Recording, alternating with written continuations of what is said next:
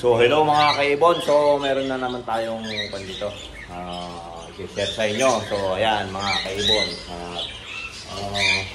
habang nag-waiting ako dun sa mga nasa flight, so may nakita ako so pakita ko sa inyo yung nakita kong observation mga kaibon. So ito mga kaibon, kung nakikita nyo, basahin tayo, dumidikit sa pwet, yan.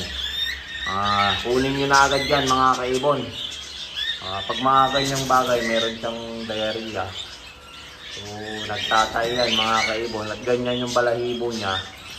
At magduda na kayo. Kunin nyo na siya mga kaibon. Ayan, pakita ko sa inyo. Puhulihin natin mga kaibon. So, ito mga kaibon, nahuli na natin. So, nakita nyo. Ayan mga kaibon. Green, na dumidikit yan. Nagtatay po yan. Huwag kayong mag-alala po mga kaibon. As long na malakas yung ibon, at naagapan nyo siya, wala pong problema dyan.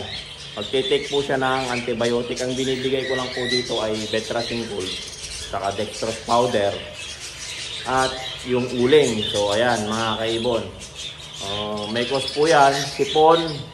Minsan namumula yung ilong, ayan namumula yung ilong niya. So at bumabay siya, so may sipon siya. So medyo payat na rin. Pero kaya natin i-kuan yan. I-save pa yan mga kaibon. Hanggang long na kumakain siya at malakas. Malakas naman siya mga kaibon. So, tanggalin nyo lang po yung balahibo. Bunutin nyo lang po. Kung nandidiri kayo, yan, ganyan na. Tanggalin nyo po siya. Na may kung ano ang dapat nyo. Mag-gloves kayo. O ano. So, ayan tinatanggal natin.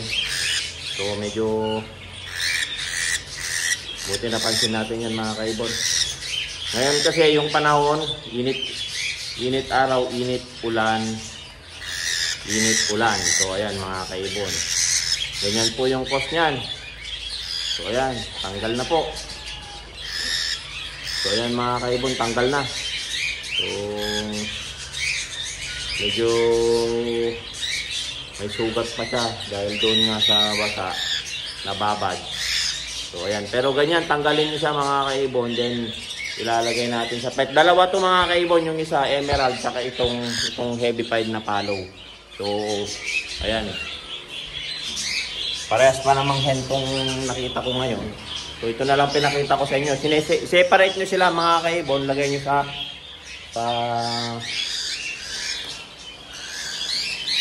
isang cage kung may cage kayo. So ayan, dalawa sila. So malalakas pa naman yan mga kaibon. Itong isa emerald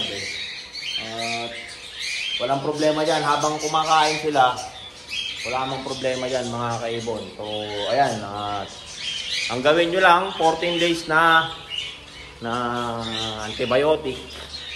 Ang ginagawa ko ganun, wala munang gulay mga kaibon, kasi nakakapantay rin yun kapag nasobran ng gulay. So wala muna tayong malunggay kahit na anong nilalagay nyo na green leaf. So ayan mga kaibon, 14 days yan mga kaibon, makaka-recover yan. Tumagahapon ang palit ng tubig.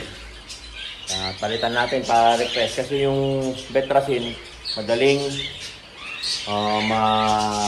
mapanis, mas lalo kung mainit.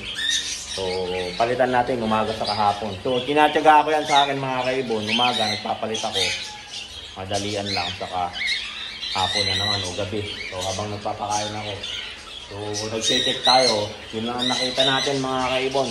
So always na tignan natin yung mga alaga natin, mas lalo kapag nasa flight, kasi kapag marami yan yung nasa flight, mas na may prone silang magkasakit. So wag lang mag-over na dami sa isang cage. So ayan mga kaibon.